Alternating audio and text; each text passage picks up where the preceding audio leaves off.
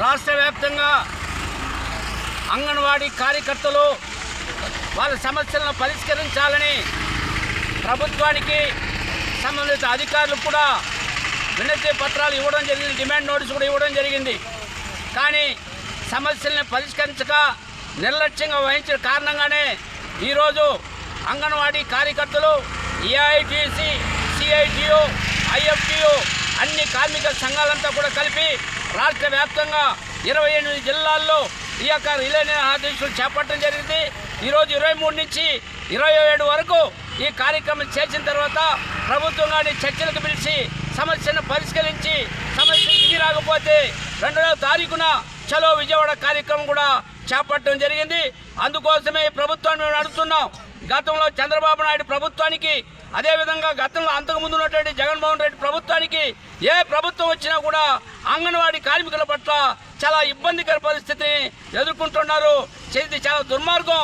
ఈరోజు ఈ ప్రజల మధ్య, అదేవిధంగా రాష్ట్ర ప్రభుత్వం మధ్య ఒక వారాదిగా ఉంటూ వాళ్ళ సమస్యల్ని ప్రభుత్వం దృష్టికి తీసుకుపోయి ప్రజల దృష్టికి తీసుకుపోతున్నటువంటి అంగన్వాడీ కార్యకర్తల్ని ఇంత చిన్న చూపు చూడడం చాలా బాధాకరం, దురదృష్టకరం అని కూడా మేము చెప్పదలుచుకున్నాం కార్మిక సంఘాల తరఫున.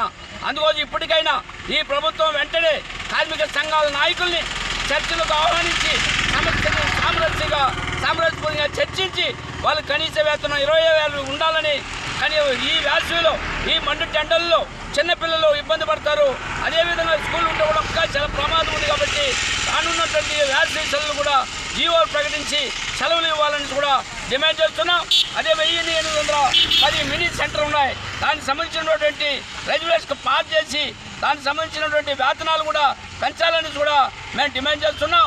మరి తర్వాత గ్రాడ్యుయేట్ ప్రతి ఉద్యోగస్తులు కూడా వాళ్ళ యొక్క జీతాలు 30,000, 40,000, 50,000 పెన్షన్లే వస్తున్నాయి. జీతాలు 50,000 లక్షలు ఉన్నాయి. కానీ వీళ్ళు చేస్తున్నటువంటి జీతం 11,500 రూపాయలు మాత్రమే. కానీ 65 సంవత్సరాలు చేసిన తర్వాత ఇంటికి వెళితే ఏం చేయాలనేది కూడా ఈ ప్రభుత్వాన్ని మేము ప్రశ్నిస్తున్నాం.